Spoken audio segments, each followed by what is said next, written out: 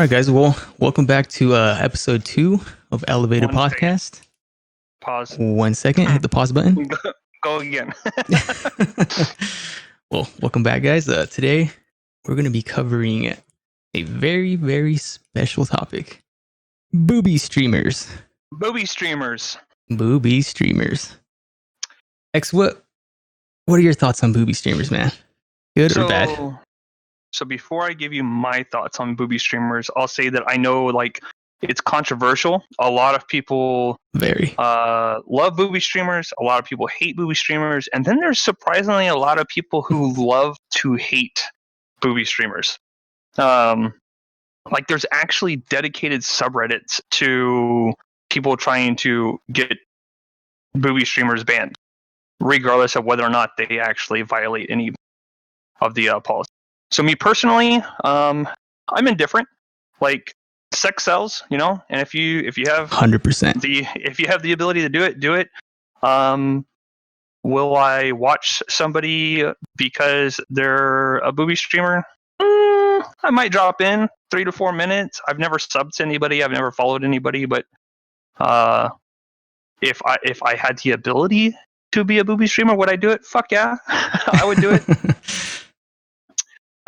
Alamo, what are Boobie streamers? I'm pretty sure you know what Boobie streamers are. Here, I'll show you. Hold on. Like, are we gonna see? That's a Boobie streamer. That's a Boobie streamer. Yeah, so I would say that Boobie streamers are, from sake of conversation, the same as e-thoughts. They get labeled as different things, but for the most part, break it down nice and simple. A Boobie streamer is somebody whose content is going to be focused around the fact that they have boobs. Exactly. Do they produce good content? Debatable. Some cases yes, some cases no. Do they use their cleavage to provide nice thumbnails and get viewers lured in? Yes. Yes, that they do. That's probably one of their biggest power. That's the biggest weapon right there. Yep. Right here. They use it to draw people in. Like X said, some of them they're great content creators and they're just entertaining it. It's just it's another tool in their arsenal that they can use, which if they can do it and pull it off, more power to them. Twitch just banned Underboob. So what's crazy? So Graham just said that Twitch just banned Underboob. What's interesting about that is that nudity, I think that the majority of people think that it's a pretty straight line, that if you have any nudity on your stream, that you will get suspended or banned. But prior to us launching our streams, DJ, do you remember the girl's name who you brought up? You want to tell them a little bit about that? The body paint artist? Yeah. I don't remember her name. I can pull it up real quick. Should be here in my favorites. I'm just kidding. It's not in my favorites. Her name is Intraventus, and she does body paint. That's literally what she does. And I think she starts off with a white canvas, is what I want to call it. And she's just covering her nipples, and she has a majority of her breasts painted in white. And that's kind of how she starts her art.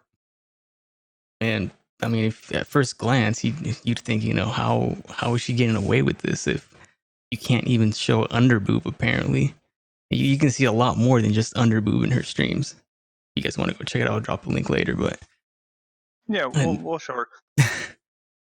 So when DJ and I were talking about this before the stream, he was asking me about my thoughts, and he's like, "Hey, have you seen this person?" And he jumped into the just chatting, and it was one of the recommended people to check out. Mm-hmm. And without the audio on, she had very nice breasts that were out with a visible pasty and then just painted over white. Mm-hmm. Clearly that's what was drawing people in. But after watching for a few minutes, she had some badass artwork. She was really good at her craft. Very talented. So in a case like that, I more power to you. You're using your talents wisely, both your God-given or surgeon-given, I don't know which ones. You're using your talents coupled with your other talents, and you're making shit happen. So what you're saying is that we should go visit a surgeon. I've got one that's a client, so I don't know. I don't have that kind of money yet. Well, one thing I don't understand is like, how is this any different from, other Boobie streamers that actually don't do this as art? You kind of get what I'm trying to get at? I do. So there are other streamers who rely, like, I'll say 90% on their boobs to get their audience in and to grow their audience and to grow their audience.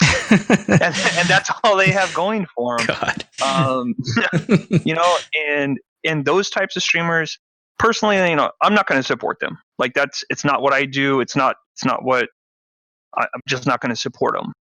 But I mean, sex sells, man, and there's a lot of people out there that are going to support them and that are going to toss money towards them or toss subs or time or whatever the case. And I've read a lot of different things, like where this one streamer, I don't remember who, Graham actually may remember, but this streamer, apparently one of her mods had like donated several $1,000s, and on the stream she came out and was talking about a relationship, and then this moderator got super fucking offended that she was in a relationship and like took it super personal.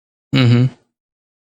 I mean, so I don't know where I was really getting with that. Like, just the male audience, for the most part, they're gonna toss money to wherever they want. And on one hand, I guess if you're using your talents and you're generating money, then more power to you. But it puts the rest of us at a disadvantage.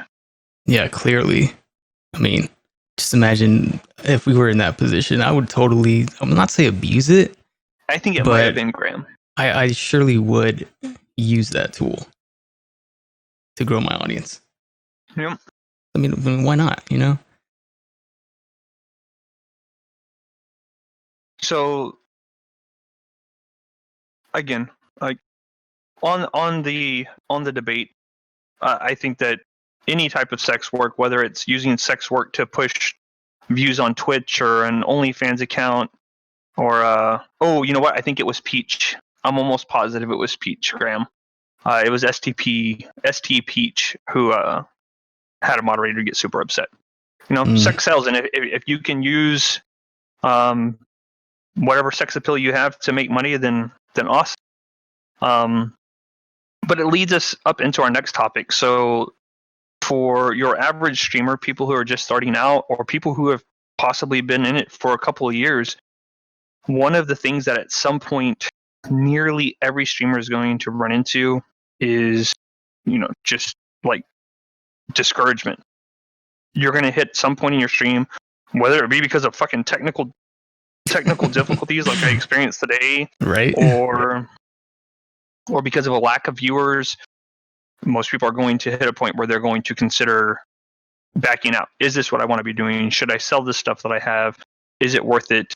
I remember recently a good friend of ours, somebody that we game with quite a bit, somebody that's a member of our community, a female, just recently started streaming again. And in her first week, I think she was pulling in like 20 to 30 average viewers. Does that sound about right, DJ? Yeah, sounds about right. And she had netted probably close to 100 subs in her first week. Give or take. And then about a week or a week and a half in, one of our moderators for our Discord, and if you guys are interested in joining the Discord, feel free to hit us up. One of our moderators asked DJ, what is it like, man? You've been streaming for however long, a year, 2 years, and you're not pulling in those kind of numbers. And I remember when I saw that comment come out, I was like, ouch. Like, I know that a lot of people think that way, and a lot of people get discouraged because they see somebody else going out there and getting this huge head start. And realistically, it's not something that we're going to experience. Not naturally. We don't have the same talent base to be working with, so we have to put a lot into it.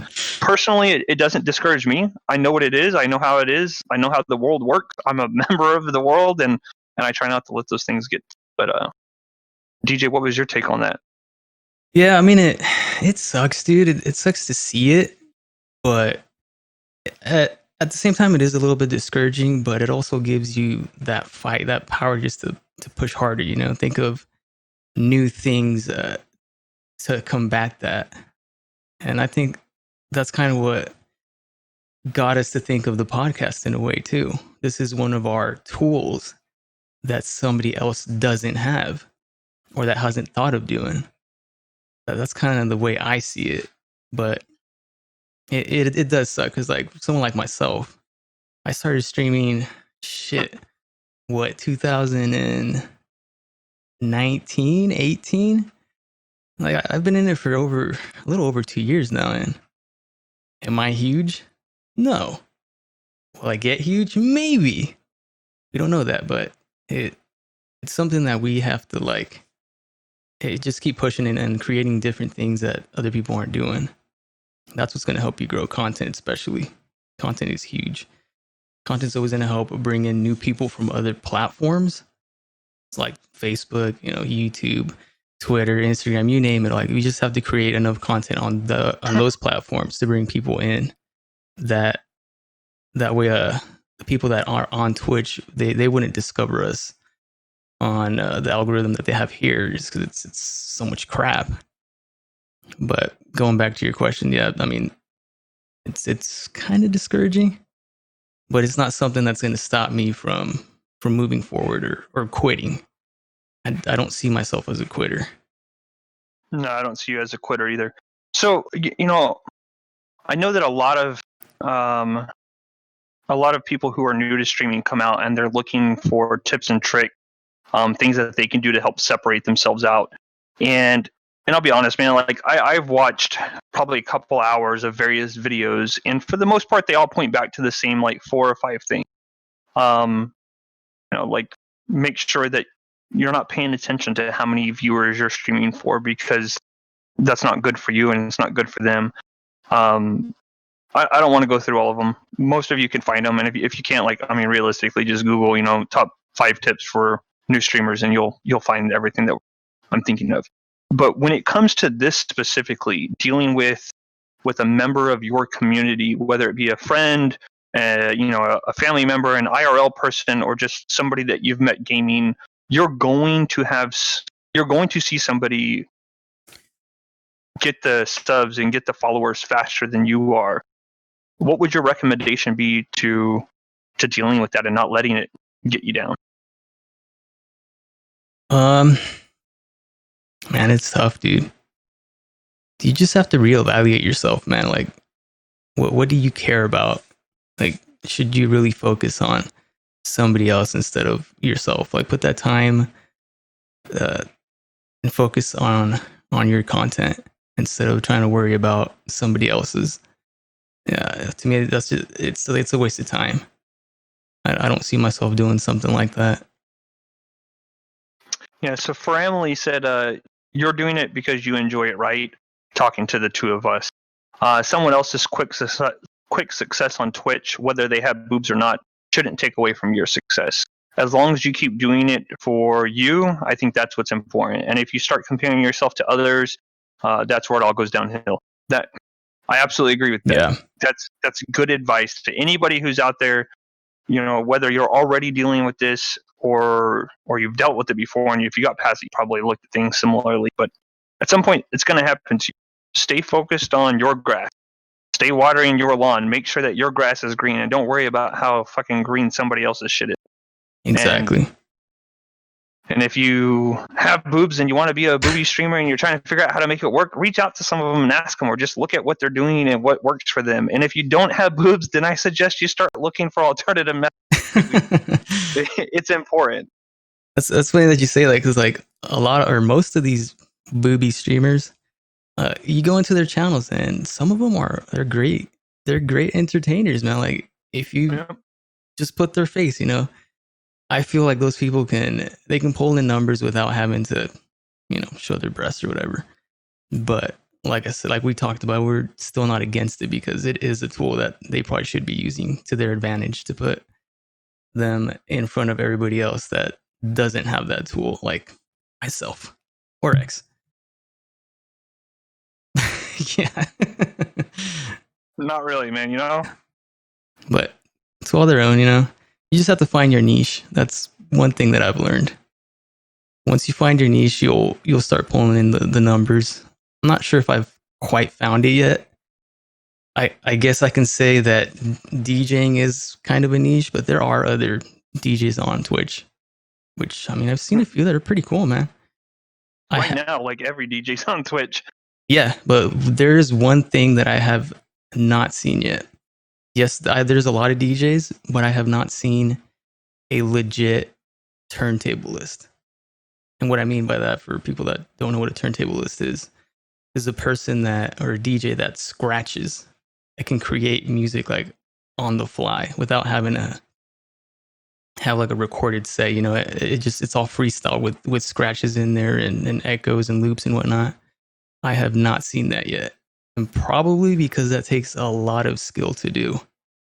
Turntablism is not easy. That's why I haven't really got into it yet. It's something that takes a lot of muscle memory, and there's so many scratches. I mean, the basic one is the baby scratch, which is just the back and forth, and even trying to do that with different combinations of the same baby scratches, it's hard. But I think I should probably focus on that next if I have the time. So I've only ever had the privilege to see, I think, like 2 real turntablists. One was somebody who's local to Texas named DJ Diggy Dutch. I think that was his name. I was mentioning him to you. He was a dude that used to DJ with a buddy of mine that lives out in Vegas now, and he got picked up and sponsored by Red Bull. And he was doing a bunch of this I don't know, what do you call them, like scratch offs for Red Bull. DJ battles, I guess. DJ battles. He was pretty badass.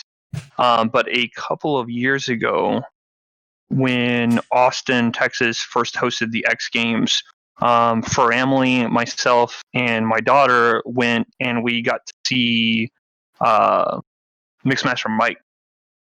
There you go. And dude, like we saw him up close and like real personal. My daughter went up and gave him a high five. We were like 3 feet away from him and watching him do what he does. Wow. And dude, that shit was so amazing. There were like 50 people. But I mean, you know, it's that X game, so like everybody's spread out, and he was really, really cool to watch. Put on a really good show and did something that you don't really see a lot of people doing. And you're right, I haven't seen anybody doing that on Twitch. I would love to see like a multicam setup, seeing somebody like actually showing how it's done, maybe actually doing a couple of tutorials. That would be badass. Yeah, now that you mentioned that, I've thought about, you know, doing a tutorial, but like I said, I don't really know how to scratch too much.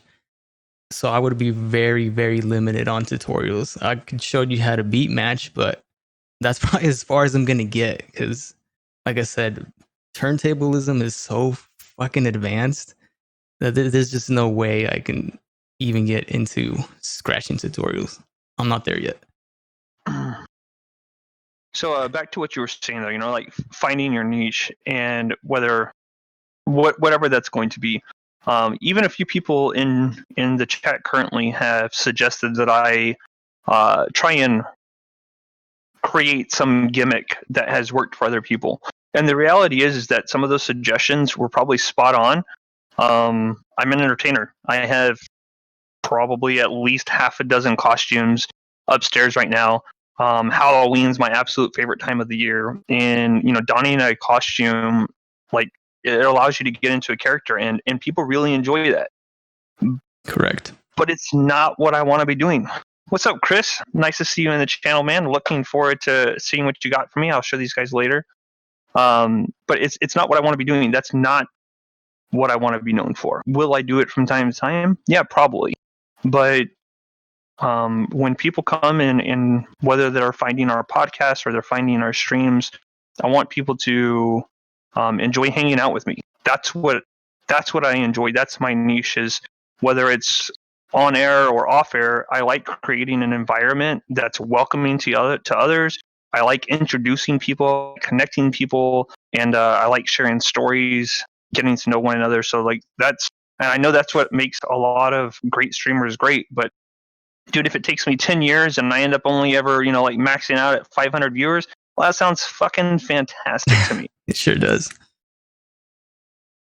Shit, even at like 100 viewers, I would be happy to hit 50. Like no joke, I would be happy at 50 because I would feel like I'd accomplished something. But that's funny that you mentioned the costume thing. So you wouldn't want to be someone like Dr. Disrespect. No, specifically not Dr. Disrespect. Yeah. His bitchy and negative attitude really, really bothers me. And I think that speaks to like a large portion, not to get too off topic, but yeah, of our current nation. And it's not surprising that a personality like his would kick ass. If I were to don a personality, it would be somebody like fucking Mr. Rogers. Like that's me. I'm not gonna fake being a dick. Well, I am a dick at times. Oh, you be or what does it go? I forgot the fucking song. God, forget it. Yeah, man. I would much rather be a real streamer than a personality streamer. True. I mean, I've got a lot of personality, but I'm not a personality.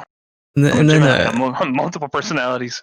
And then another thing, I don't think it's a great idea to fake your personality to just so you can grow. Because once you start doing that, you have to stick to it, and sooner or later you're gonna hit that wall where you're not gonna like what you're doing because you're not being yourself. And if you have to fake every stream, you're gonna get burnt out. So I think the best thing is just to be yourself. For sure. I couldn't agree with you more, man. That's one of the things that I initially really enjoyed whenever I met you was you were chill, cool, laid back. Competitive? Competitive. Like you would get sweaty as fuck when you were playing some PUBG. But I also really enjoyed that you brought your DJ skills and you showed off a little bit prior to streams, and like it was allowing people to get to know you. That's what I enjoy. Exactly. So Chris in chat said define real streamer. He's referencing where Church earlier said you would rather be a real streamer than a personality streamer. Correct. So Chris, to break it down, there are a couple of streamers who have built up their their entire persona around a made-up image. Dr. Disrespect being the first person that comes to mind. Everything about the dude is, he's a character. He's essentially, he's a fantastic actor. He wore a fake mustache at first, right? I think now it's a real mustache. It's a real mustache, yeah. It was fake at first, though. He wore a wig. Fairly new. Yeah, so Chris is fairly new to the clicks of streaming. Gotcha. Everything about him was as if he had stepped in front of a camera and was working on set and was reading off of a script. Now, don't get me wrong, like the script was his script. He created the content, but the character, Dr. Disrespect, is not who he is. So it would be like if I put on my wizard robes, let my hair down, threw some gray paint in, and acted as Gandalf, the fucking badass PUBG player, for the next 3 hours, 4 times a week. Yeah. And I got into it, and like as I'm playing PUBG, I was saying, I don't know, like fucking. You shall not pass. I got him down. Yeah, you shall not pass. Like just doing things that are. It's a little bit more of it's just a gimmick. Yeah. I think it's badass. Like, and I'm not taking that away from anybody that does it. Just like Boobie Streamers. Exactly. It's another tool. If that's what you want to do and you're good at it, fantastic. Could I be good at that? Hell yeah. But it's not what I want to do. It's not what I want to be known for. From time to time, it's what I want to do. Yeah, exactly, man. It's just what they do, and I think that's cool, but it's just not for me. Yeah. I said you could do a gimmick thing once a month. Are there streamers that do cosplay and change it up between streams? DJ, have you seen anybody that come to mind for that does cosplay and things like that? Um, there is a few, and I've seen a few do like follower goals to where once they reach a certain followage, they will dress up as somebody like Harley Quinn, or I don't know, though some people even dress up as Dr. Disrespect, which is funny. But yes, I have seen that a lot, and I think it's a great idea. I maybe might do one myself. Who knows? Should I dress up as Dr. Disrespect? Maybe Wacky Jackie and pull off the accent too. I don't know. That would be awesome. It'd be impressive, right? But yeah, I mean, yeah, I think that's a good idea too. It would help create some awesome content. But changing the subject a little bit, do you feel like certain games help you grow faster? Yeah, man. So absolutely. Depending on what your game is, it can absolutely help you grow faster. I know that one of the common like top 5 tips for small streamers is that you pick a game that has a following on Twitch, but that is a small following. So something that has on average 100 or less viewers. Because when you start playing that game, you know that there's a dedicated viewer base that's already out there looking at the gameplay for that. But maybe you can, stream that game at a different time than other streamers, and then so you're going to pull in people. I also know, like we talked about this, Valorant, which is the new game from Riot, huge game. We got a key. Anybody that got a key in that initial 24 hours saw a huge boost in their viewership. True. So do I think that switching your games up can help you grow an immediate viewership? Fuck yes. I thank you so much for gifting out those subscriptions. That's badass of you, man. So, but I want to be very clear on that. I think that the games that you choose to play can help you grow an immediate viewership, but it's not necessarily going to help you grow an immediate community. So if you switch up your games every week or 2 weeks or even every month based off of what you think the flavor of the week is, you're probably going to grow. But then when you switch again, if people don't enjoy you, they're going to drop out. That's true. Like the stream has to revolve around you. It really can't be based on your game. If you rely on your game, it'll mainly be negative because that game's going to reach a point to where it might die. If that game dies, you most likely will die with it. So I don't think that's the best way to go. Maybe 100% just try to focus in on you, on your personality, and growing your community. I think that's why a lot of streamers recommend you do just chatting, because just chatting is huge. It stops you from focusing on the game, and it builds a bigger relationship between you and your community that you're growing and that you've built throughout maybe the whole 2-3 years that you've been streaming. But I think that's the best idea to do. Yep. So Chris chimed in right there and he said the streamer makes the game, not the game that makes the streamer. Fair to say? Yeah, man, I would say that in the majority of cases, that's fair to say. There's a few people who, they might be good at a particular game and it might be what they show off at the best. But even in those cases, it's not the game that makes the streamer. It's just that happens to be the game that brings out the side of the streamer that you enjoy the most. Whether that be they're really good at the game and they show off some badass skill shot or trick shots or, quick run-throughs, just depending on what the genre of the game is. Or maybe it's the exact opposite. Maybe it's that the streamer enjoys playing the game, but they suck at it. And then that ends up being what, people enjoy. Like I know a lot of people who will watch channels where the streamer gets like super pissed off anytime they get killed and they immediately go to calling the other people cheaters. But even in cases like that, it's not the game, it's the streamer. It's just that's the game that they enjoy playing, and that brings out whatever aspects of their personality that people enjoy. Exactly. I don't know, at some point I will show off my Malzahar skills. I like that you asked me to show them off on stream, but you don't really ask me to play Malzahar when we're playing together. Just saying, you know? Oof. Like League of Legends. League of Legends has consistently had one of the top 10 viewerships for Twitch for like as long as Twitch has been around. Consistently one of the top played games, top streaming games, and I do enjoy playing League of Legends, but it brings out a side of my personality that I don't necessarily want to be known for. It's one of the few games that actually can piss me off. Mostly because the people that play it fucking are terrible, and it's like got 4 buttons. I don't understand how you can be so fucking bad at that game. I just don't. It's a strategy game, bro. It is a strategy game. You're bad at strategy, then you're bad at that game. So, DJ, I'm going to share this question with you, and I'll let you answer it. Okay. So Chris asks, so if I'm not much of a gamer, would you say that Twitch is still a good place for me to find people just to interact with and talk back and forth?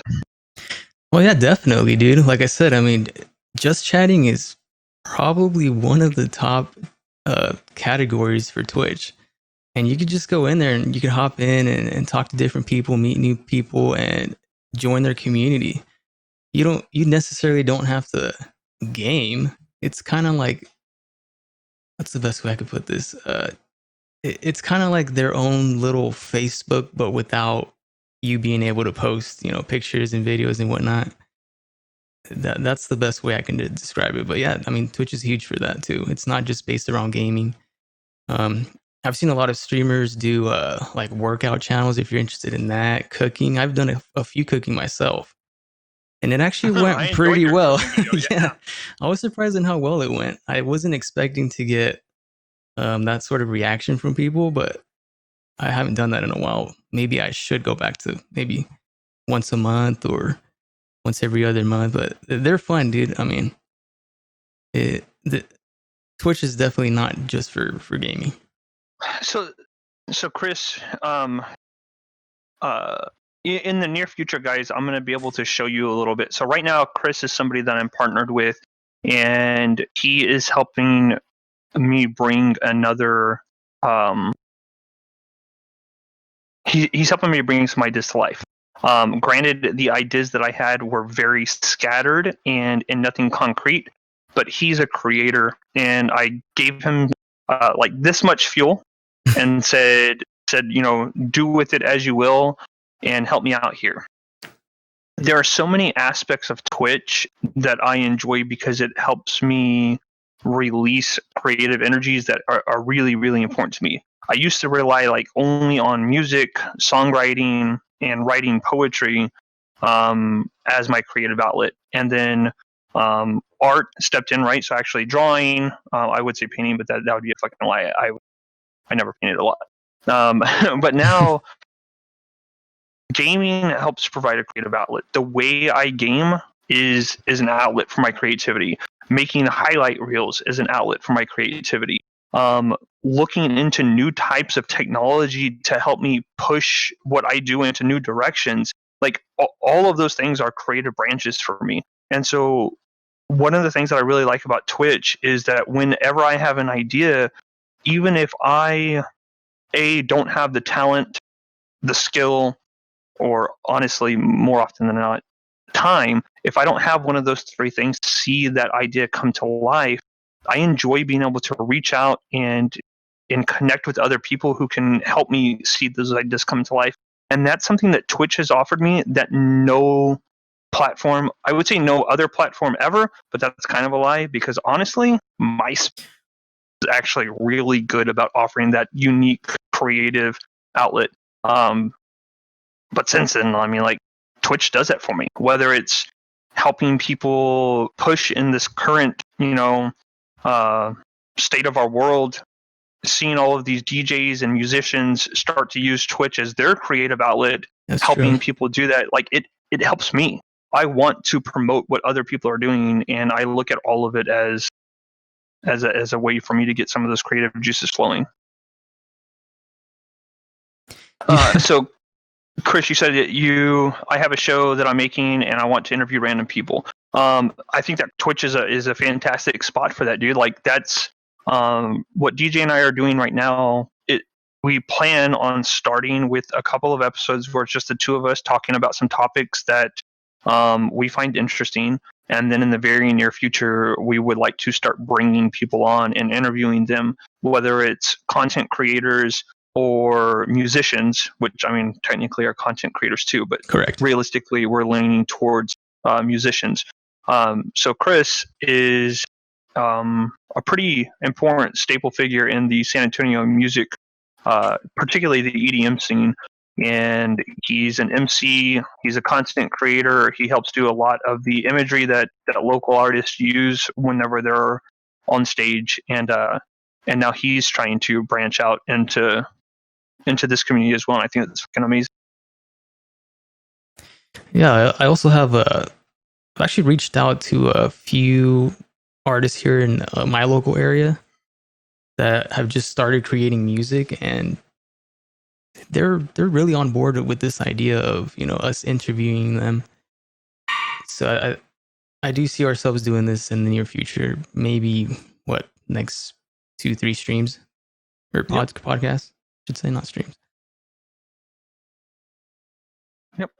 Yeah, I agree. So Chris just Blaze is somebody that has offered to join us on stream and do a nice little interview. He was ready to do it now, but I wanted to hold off for just a little bit longer for a couple of reasons. But I think that what you're looking to do is probably something along the lines of what we're doing right now, and I think that Twitch would be an excellent place for you to do it, and I think that you could grow a fantastic community. Probably not as quickly as the good-looking Boobie Streamers, but it's still here, man. You know, it's still Exactly. Good space to break in. We highly recommend you probably maybe have your wife do it instead of just a thought.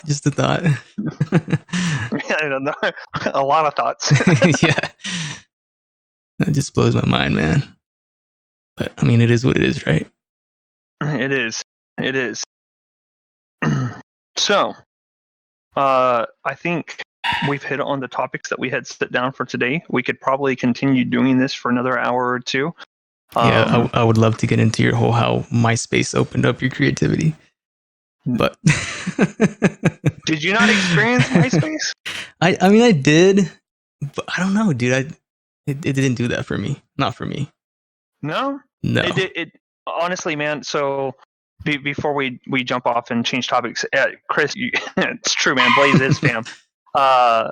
So MySpace for me, like, when I spent the most time on MySpace, I was going through like probably one of the worst periods of my adult life, and I would spend an hour to 2 hours a day, literally a day, researching these new up and coming bands. And I would specifically look for bands who had like under 1,000 followers, and then reach out to them, like get to know them, help them build their following by connecting more and more people with them. And so MySpace allowed me to branch out and do a lot of the things that I would love to do professionally, that I've never had the opportunity to do. And then that coupled with the technology, and that, like, you know, it was for a lot of people, that was their introduction to coding, and that was their introduction to learning a new language. Mm-hmm. So it fueled me in those two aspects. And I mean, music is the backbone of everything I do. So it was a good creative outlet. I was never into, like, you know, just the whole like MySpace taking pictures and shit. Yeah. But it was the rest of it that did it for me. Gotcha. Okay, that makes a little bit more sense. I thought you meant like Facebook. I mean, MySpace itself, because of what it was. No. Okay. No, I mean, it is because of what it was, but not for the reasons you're. Yes. Yeah, exactly, Chris. HTML theme changes every other day. What was my MySpace song? So I actually think that my MySpace song, the one I can remember, hold on, let me see if I can. It was a song from Hell Yeah.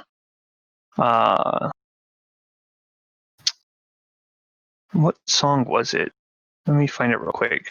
Damn, I can't even remember if I had a song on there. I don't remember using it too much. I think it was Hell Yeah, You Wouldn't Know. Yeah, so the first verse from this song is you couldn't be me even if you wanted to. Everything that I've been through, live your life soaking up all my sunshine and smile your whole life. I wouldn't know. That was my song. It fit. People fucking leeching off of you and thinking they understood you when they really didn't. Yeah, it's crazy how music can like it changes you, man. It does. Music is everything, dude. Like I can listen to some songs, like maybe some Logic or Eminem, and so sometimes like the shit they say, dude, like it's so relatable, but then it's not because you didn't go through that kind of stuff. But it kind of makes you think of the shit that happened to you and like how you can fix things or change your personality. Music's powerful, man. It really is, dude. I mean, music is everything. Just absolutely everything. Dude, I'm totally drawing a blank on who's saying the song "Here Comes the Boom" Church. God, Here comes I want to say boom. it was POD, but I'm not sure. Well, hey, man, we got the internet, so it shouldn't be too hard, right? It wasn't Nelly. It was POD. I know that's the song you're thinking of. Yeah. Nelly did also have a song called "Here Comes the Boom." Boom by POD. Yup. It wasn't the POD song. Was it a rap song? Was it Nelly? That's Church, right. I don't know you at all. I'm laughing because of what Smash Lanta put. Does SNP stand for Spray and Pray? Spray and Pray Church. Oh my God. Does it stand for Spray and Pray? I hope not.